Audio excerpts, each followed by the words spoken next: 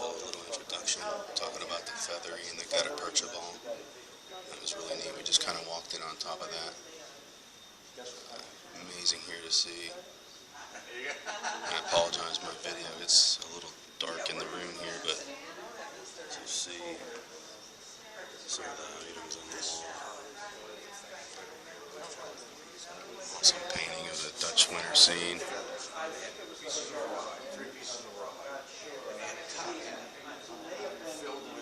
Feathery stuffed ball.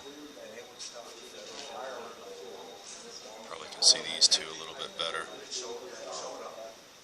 Cole Club, Chole. It's played by teams. One team would hit the ball toward a target, which might be as far away as 12 miles. After 3 hits, the opposing team could strike the ball away from the target. This one over here is called the ball maul, played with a mallet and wooden ball. Ball maul originated in Italy and then spread to France. It was played in England from the 1600s.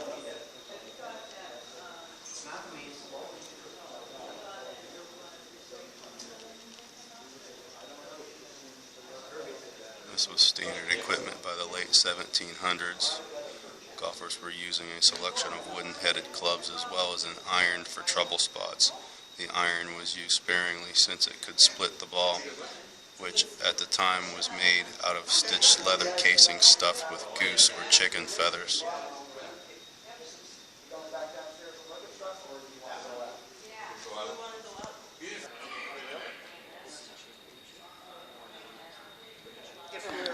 This area here talks all about the history of the Open Championship, the history of the Open. Here, this was a ballot box for getting into the RNA. And Qualifying for the Open playoffs, how everything was established. To be a member, and I was already a member. I would take my golf ball.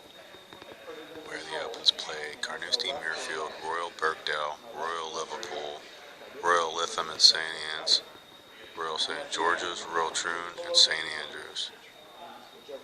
28 Open Championships have been contested over the old course at St. Andrews, making it the most used course on the Open circuit. This is really interesting here. These are the long-nose clubs made by Tom Morris Sr., keeper of the green at the old course for 40 years. Old Tom Morris was one of the most distinguished ball and club makers of his day, as well as a golf course architect.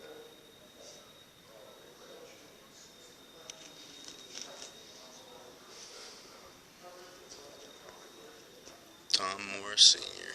Some pretty neat stuff. August 28th, 1899. See you make a putt.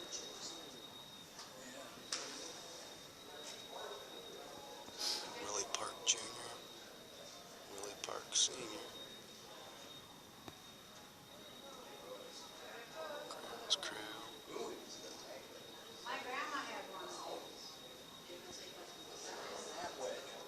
Making a living at golf. In order to make ends meet, golf professionals have to be proficient in many aspects of the game. Champion players also made clubs and balls, worked as greenskeepers, laid out golf courses, gave instruction, and caddied.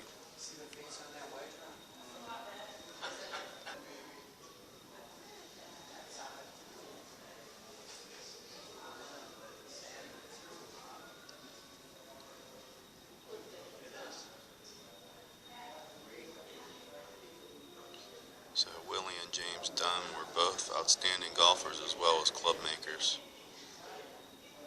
They carried on the family business.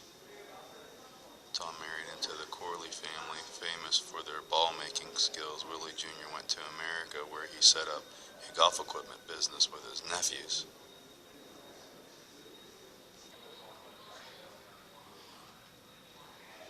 The club makers had lots of different kind of tools of the trade. Let's see if the camera will do good. So metal scraper, wooden scraper with metal blades, hand drills, cast irons, ladle, cast iron glue put, 1880. Compass, files, a two-handed cutting blade. Tools of the trade.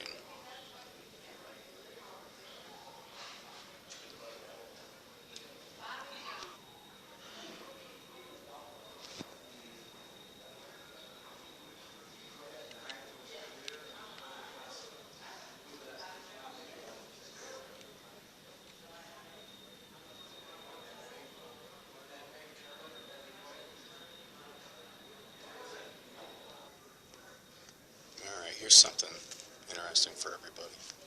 Steel shafts. Although the first steel shaft was patented in 1894, it was not until the 1920s that the new clubs began to approach manufacturers. Claims of superior accuracy, distance, and feel. Steel shafted clubs were not approved for use by the USGA until 1925 and by the RNA until 1929.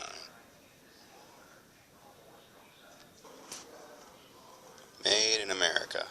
As more Americans took up the game, established sporting good manufacturers began to produce golf equipment. McGregor, Bridgeport Gun and Implement, and Spalding and Harry Vardon as its spokesperson were important American suppliers who challenged the monopoly of the Scottish club makers. It's a McGregor driver there in the middle. 1910, Spalding, Harry Vardon, transitional brassy, 1900. Spalding, Rut Niblick, 1890. McGregor, smooth-faced putter, 1900.